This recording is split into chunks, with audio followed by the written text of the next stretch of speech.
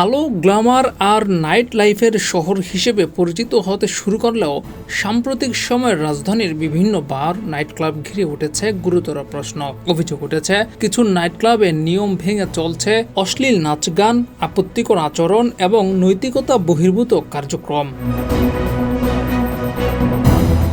সমাজ থেকে যখন অশ্লীলতা দূর করার চেষ্টা করছে বিভিন্ন সংগঠন, সচেতন মানুষ এবং ইসলামিক স্কলাররা, সেখানে এই নাইট ক্লাবগুলো যেন অশ্লীলতার বৈধতা দিচ্ছে। আজকাল অনেক নাইট ক্লাবেই দেহ ব্যবসার মতো গুরুতর অপরাধের ঘটনা ঘটছে নিয়মিতই। বিনোদনের আড়ালে বাড়তি টাকার বিনিময়ে চলে দেহ ব্যবসা।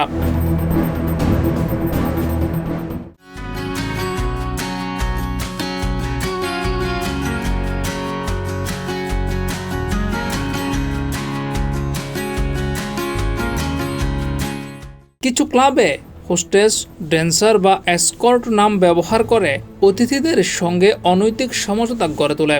বাড়তি টাকার বিনিময়ে সেখানে বিভিন্ন নারীর দেহের স্বাদ পাওয়া যায়।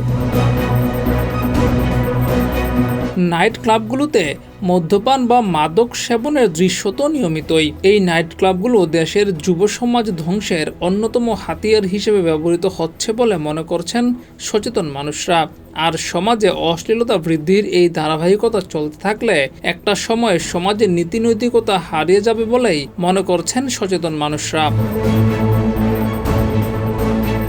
ডেস্ক রিপোর্ট, যুগের চিন্তা।